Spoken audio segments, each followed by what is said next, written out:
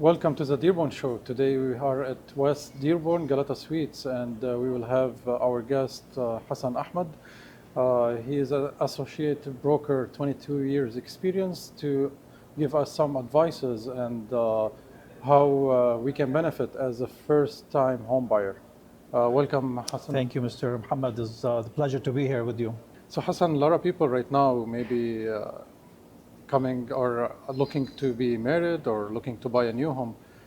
So can you tell us more details about the benefit or available right now to help them as a first-time home buyer? There's so many different incentives for first-time home buyers, but let me explain first. In the financial world, there's something called a mortgage broker or a brokerage, and there's banks. So there's so many different options, and every bank and every mortgage broker, they have different programs, and they carry so many different programs for first-time home buyers.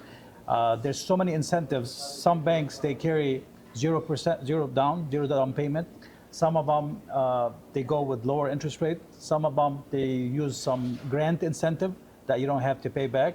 But definitely, all these first-time home buyer programs, they do carry a criteria where you have to have a specific credit score. Some of them, they look for 680 or above. But for example, for the 10,000 grant that some banks they use right now, you could have a lesser credit score, but you'll have less money. So instead of having a 10,000 grant, you could have between $3,000 to $5,000. How about are you able to buy a first-time home with $0 down payment? You definitely can. If you're let me first define what's a first-time home buyer. First-time home buyer means you don't own a home currently, or you have not owned a home in the past 3 years. Doesn't mean if you own a home in the past 10 years, you're not a first home buyer. You are still a first home buyer. Every 3 years, you consider it as a new. Correct. So if you don't own a home right now, and you have not owned a home in the past 3 years, you are considered a first time home buyer. Good to know about it. Definitely. And you mentioned before we go live about the saving account benefit also. Oh, that's a great question, Imad. In the end of 2023, the state of Michigan, they passed a law. They passed something called first-time home buyer saving account. Well, basically yourself as a first-time home buyer, or you can open an account for yourself. You can open an account for your parents, grandparents, your kids, your grandkids. You can, if you file your taxes as an individual, you can put about $5,000 every year, up to 20 years. But if you file jointly, you can put up to $10,000. And those amount that you put in the saving account can be used for your first time, once you buy, for your down payment, or for your closing costs. But the good thing about the saving account, that it's tax deductible, which means you can be saving on your Michigan income tax.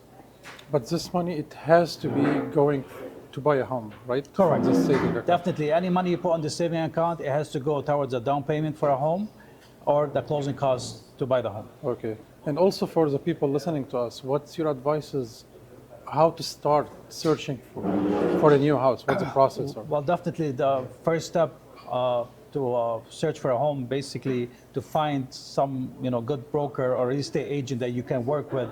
This real estate broker probably can advise you in the right way. First, you have to get pre-approved. Definitely myself, I'm not a loan officer, so I refer them to a bunch of loan officers or different banks where they can get pre-approved to see exactly how much they can get approved for.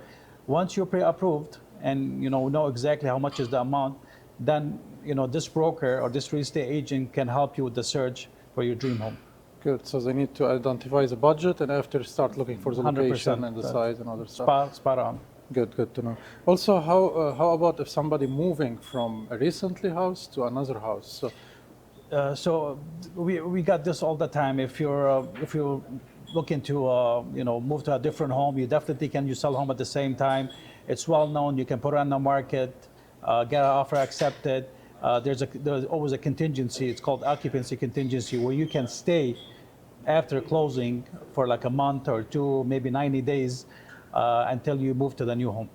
Oh, thank you so much, Hassan, for this advices. And also, Abbas, you will put your contact information on the screen for somebody who need to ask you more questions. Thank you for having me. It's a pleasure. Welcome.